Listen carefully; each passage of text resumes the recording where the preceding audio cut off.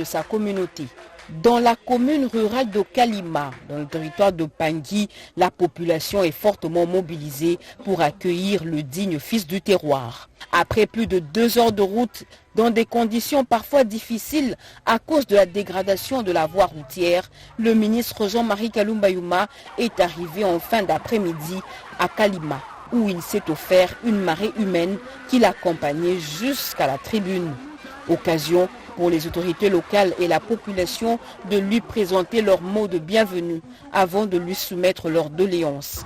Parmi celles-ci, il y a le désenclavement, la construction des infrastructures de base dont les écoles et les hôpitaux, la relance de la société Sakima, sans oublier l'accès à l'eau et à l'électricité.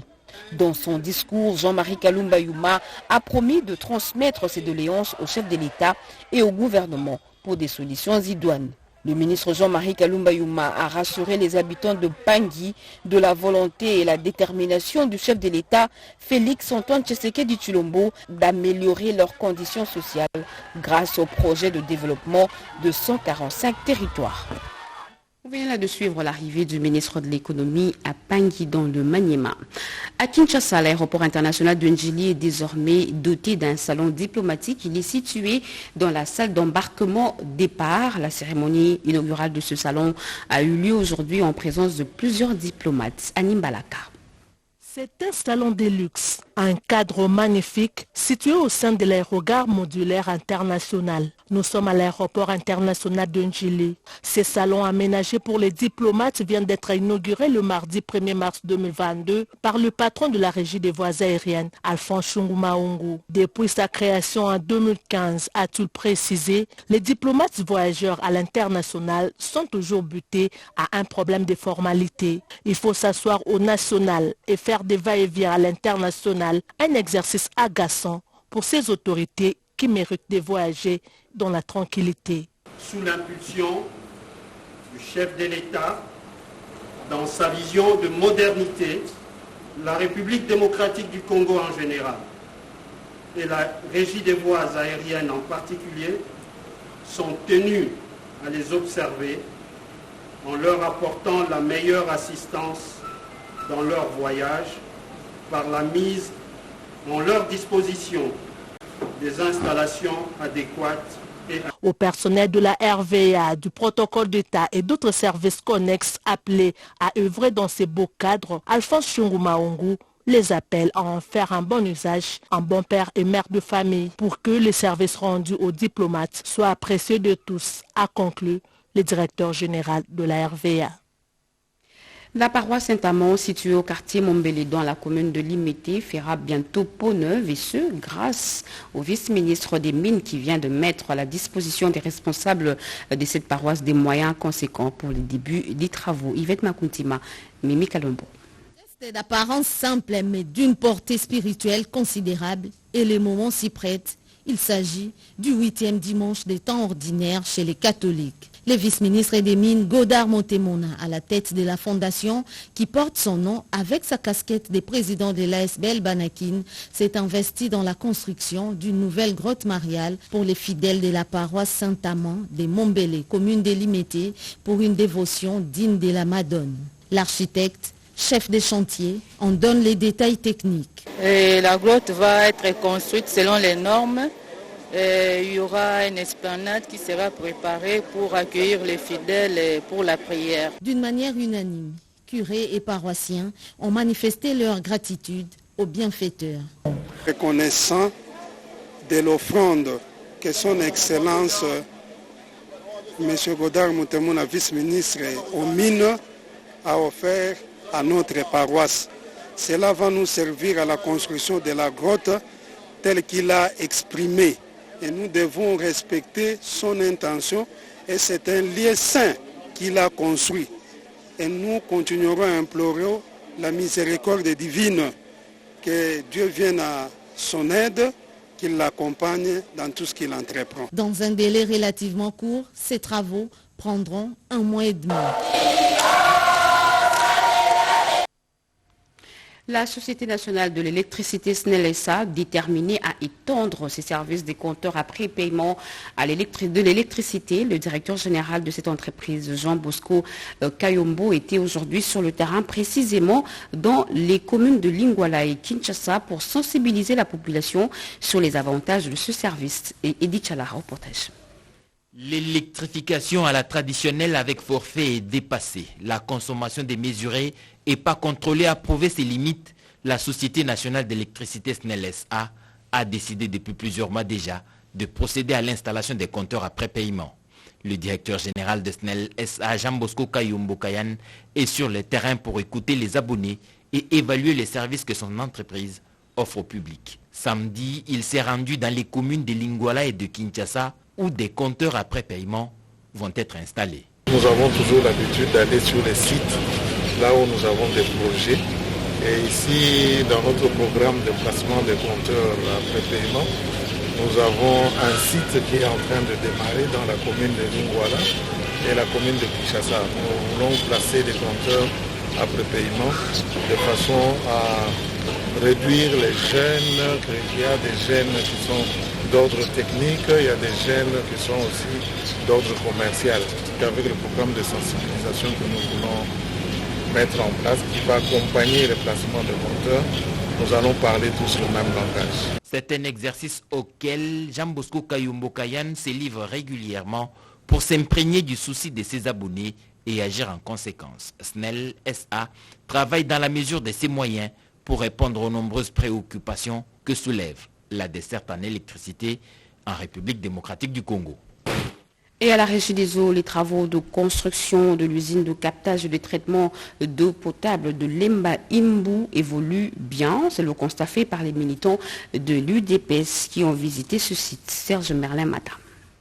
Les travaux de construction de ces complexes industriels de traitement d'eau potable évoluent positivement bien. Tout était déjà mis en place pour voir cette usine de Lemba Imbu être bientôt mise en service avant la fin des travaux de construction de réservoirs de stockage d'eau potable en cours d'exécution. Après les explications détaillées, l'air fourni par les experts de la Régie des eaux SA, les membres de la délégation du parti présidentiel ont été également émerveillés par ces gigantesques ouvrages réalisés, construits et surtout de tout ce que le comité Moubiaï, directeur général, la Régie des eaux SA, a mis en œuvre comme mécanisme grâce au chef de l'État, Félix Antoine Tshisekedi Tshilombo, pour augmenter les taux de décès en eau potable dans la ville de Kinshasa. Satisfaite de l'évolution positive des travaux de construction de l'usine de Lemba Imbu, la délégation du parti présidentiel a ensuite dénoncé la mauvaise campagne médiatique menée contre les autorités de la Régie des eaux SA. Elle a plaidé pour leur maintien afin de leur permettre de parachever ces infrastructures modernes qu'elles ont commencé. C'est là pour le bien-être de la population et surtout d'aider le chef de l'État Félix Antoine Tshisekedi Tshilombo à honorer ses engagements vis-à-vis de la population congolaise tout entière. L'usine de traitement et de production d'eau de Lemba Imbu, dont les travaux ont été lancés par le chef de l'État en mai 2019. Son premier module aura une capacité totale de 38 000 mètres cubes les jours et pourra desservir 5 communes. L'inauguration de cette usine répondra au déficit criant d'eau potable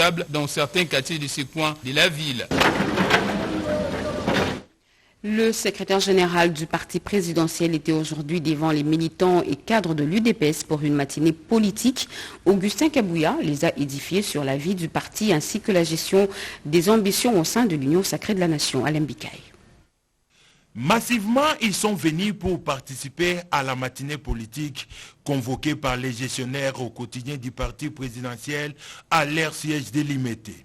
Le secrétaire général de l'IDPS, Augustin Kabouya, a tenu à rendre compte à la base du parti sur la marche du parti après la déchéance du président intérimaire par la Convention démocratique du parti et les tractations politiques menées au sein de l'Union sacrée de la nation.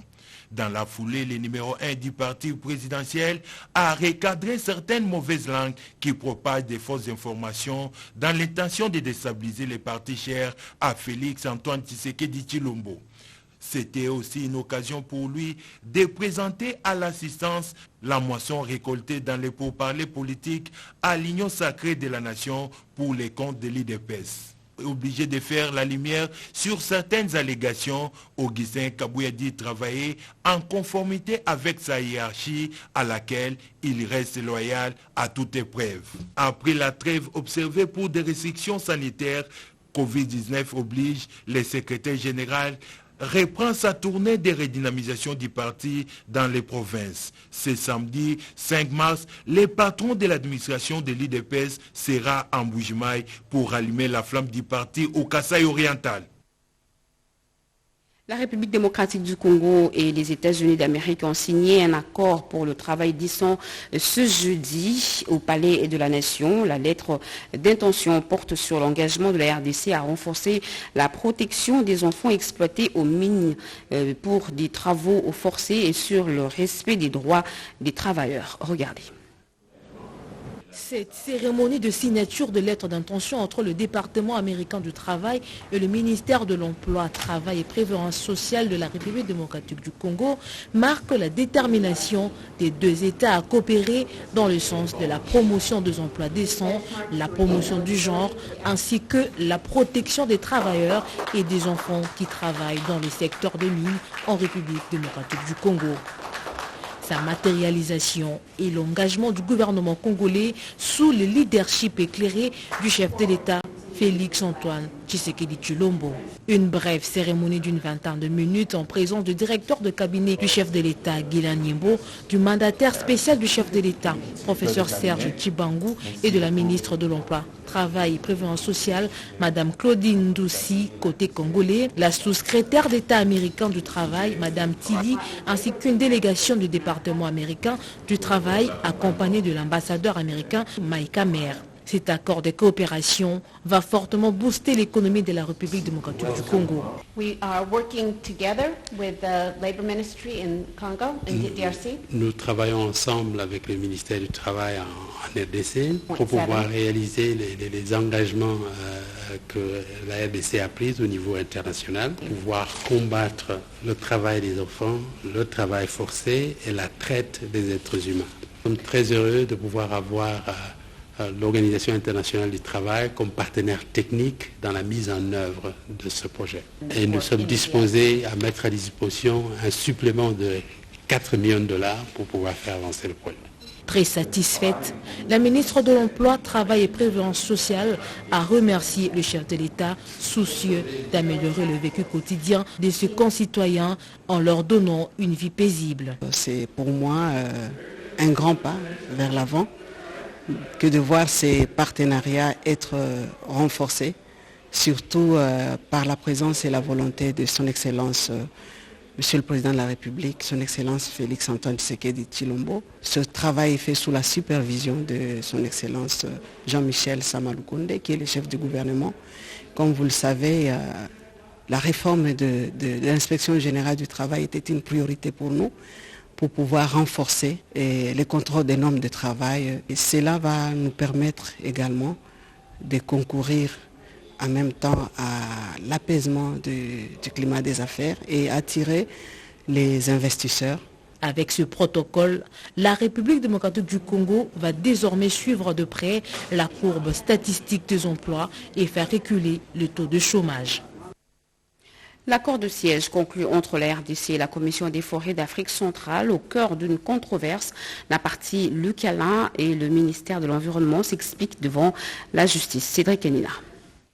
Représenté par son avocat conseil, maître Étienne Lombela, la partie Lukatundu avait saisi les conseils d'État pour obtenir réparation et sauvegarde des libertés fondamentales de la Comifac.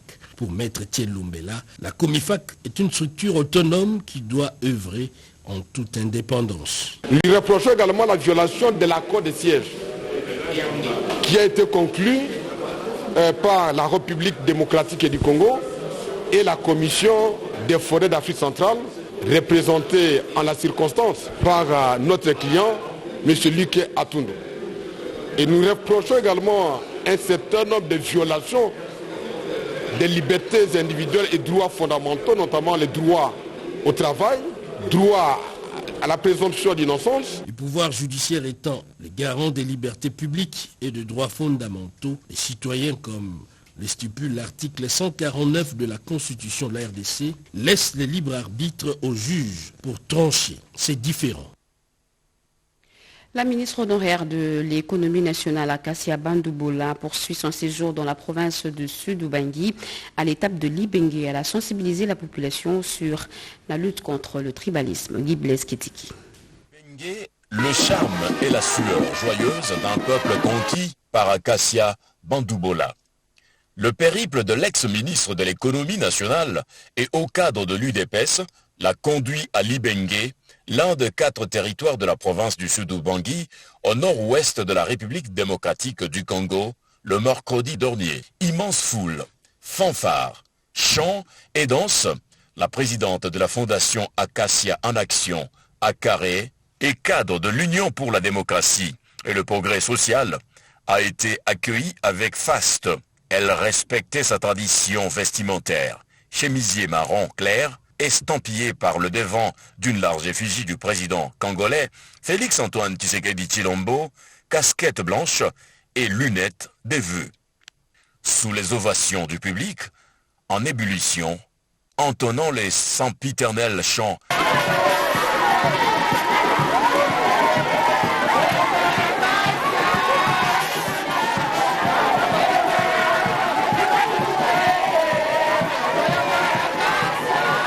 et de la marée humaine au large des avenues arpentait Madame Bandoubola et son équipe ont fait plus d'1 kilomètre de marche du lieu d'accueil à la résidence officielle de l'administrateur du territoire où son allocution a été tenue.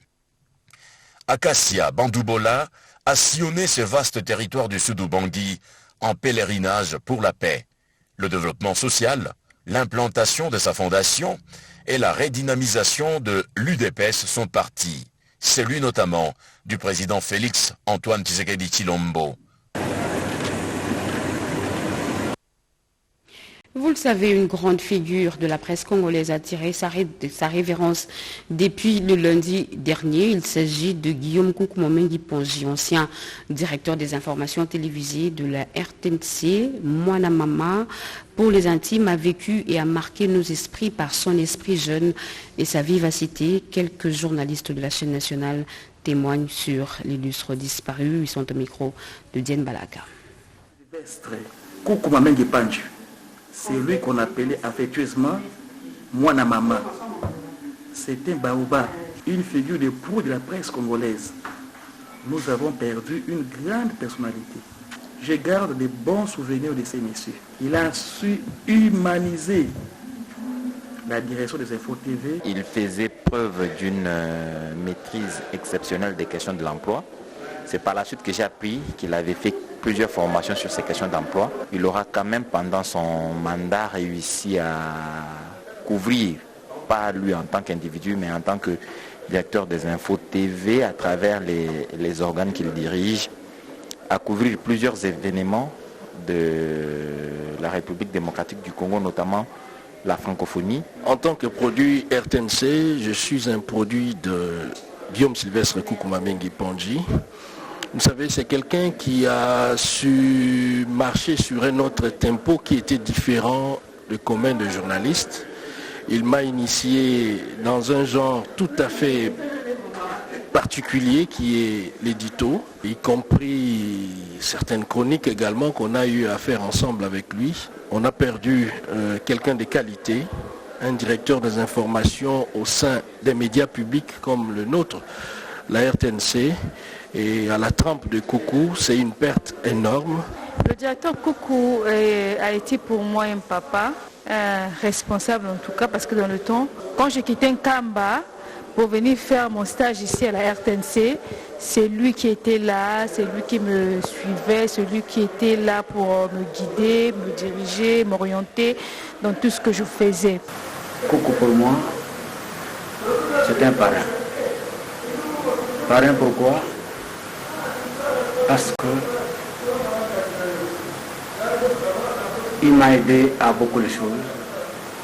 Il m'a conscientisé, il m'a conseillé. Martin, aujourd'hui, le poste que tu accèdes à la direction de langue nationale TV, c'est un poste qui n'est pas le moindre. Et là, tu vas diriger les gens. Ces gens que tu vas diriger, chacun a sa culture. Chacun vient avec ses idées à lui. Toi, tu restes au milieu. Et que son âme repose en paix. Une autre page noire dans ce journal, l'ancien gouverneur du Congo central, Pierre Kabangou, vient de perdre sa fille aînée, Perrine Kabangou. La levée du corps a eu lieu aujourd'hui à l'hôpital du Cinquantenaire. Au nombre de personnalités venues rendre un dernier hommage à l'illustre disparu, le directeur général intérimaire de la RTNC, Robert Belidé Bunga, Iverson Kaboba. Mercredi 23 février 2022, Perrine Kabangou Nsumbu, fille aînée du ministre provincial des Finances du Congo central, Kabangou Pierre, est décédée de suite d'un malaise, laissant derrière elle un bébé de moins d'un mois à peine. Pleurs, larmes, tristesse, les dimensions émotives ont pris le dessus sur la raison face à la mort, car on n'en peut rien faire, surtout quand il s'agit d'une personne de qualité qui a marqué les esprits dès son vivant. Le mythique hôpital du Cinquantenaire est l'espace choisi pour rendre un dernier hommage à l'illustre disparu. Le directeur général de la RTNC, Belidé Bunga, le gouverneur du Congo central, le député provincial, mais aussi quelques membres du gouvernorat ont répondu présents. Tous ont reconnu à l'unanimité les valeurs qui incarnaient la défunte. Perrine Kabangou sera inhumée au Congo central au cimetière La Nouvelle Cité à Mingadi, la terre de ses ancêtres. Et découvrons cette dépêche qui vient de nous parvenir avant de terminer complètement ce journal. Décédé à Bruxelles le 25 janvier dernier, l'ancien gouverneur de la ville de Kinshasa, le patriarche Funduko Talevis, a été inhumé en Belgique en mémoire de l'illustre disparu. Sa famille ainsi que la grande communauté quinoise regroupée au sein de Banakin organise une messe d'action de grâce ce samedi 5 mars 2022 à 15h. En la cathédrale Notre-Dame du Congo. Nous y reviendrons dans nos prochaines éditions d'information. Fin de ce journal, mesdames et messieurs. Merci de l'avoir suivi. Merci à vous qui nous suivez à Kassongo, au Maniema et partout ailleurs sur satellite. Vous êtes sur la RTNC. L'actualité continue sur notre